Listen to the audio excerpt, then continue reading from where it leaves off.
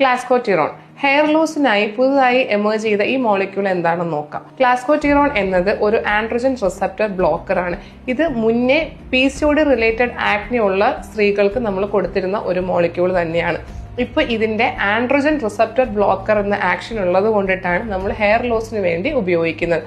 So എങ്ങനെയാണ് ഇത് hair loss prevent ചെയ്യുന്നത് നോക്കാൻ.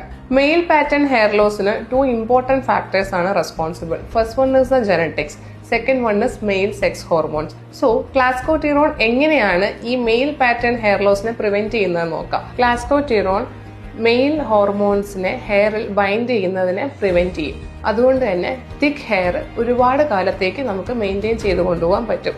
ഓൾറെഡി തിന്നായി പോയിട്ടുള്ള മുടിയിൽ ഇത് അപ്ലൈ ചെയ്യുന്നതുകൊണ്ട് കാര്യമില്ല. മിനോക്സിൽ പോലെ തന്നെ ടോപ്പിക്കലി അപ്ലൈ ചെയ്യുന്നതാണ് ക്ലാസ്കോട്ടിറോൺ. ഇതിന്റെ കൂടെ തന്നെ നമ്മൾ PRP, GFCയും കൂടെ ആഡ് ചെയ്താൽ നിങ്ങൾക്ക് fast and visible hair regrowth ഉണ്ടായേക്കാം. ക്ലാസ്കോട്ടിറോൺ ഹെയർ ലോസിൽ ഉണ്ടാക്കുന്ന ഇമ്പാക്റ്റിനെ പറ്റി അധികം സ്റ്റഡീസ് പുറത്തു വന്നിട്ടില്ല. സോ മിക്കവാറും ഉള്ള സ്റ്റഡീസിൽ കണ്ടിട്ടുള്ള സൈഡ് എഫക്ട്സ് എന്ന് വെച്ചാൽ ചെറിയ ഇറിറ്റേഷൻ, ചൊറിച്ചിൽ, റെഡ്നെസ് എന്നിവയൊക്കെയാണ്. As A conclusion, minoxidil, finasteride എന്നിവ പോലെ ഒരു ടോപ്പിക്കലി അപ്ലൈ ചെയ്യാൻ പറ്റുന്ന ഒരു മോളിക്യൂളാണ് ഇത്. ഇതുകൊണ്ട് നമുക്ക് 100% പോയ മുടി തിരിച്ച് കിട്ടും എന്നുള്ള ഗ്യാരണ്ടി തരാൻ പറ്റില്ല.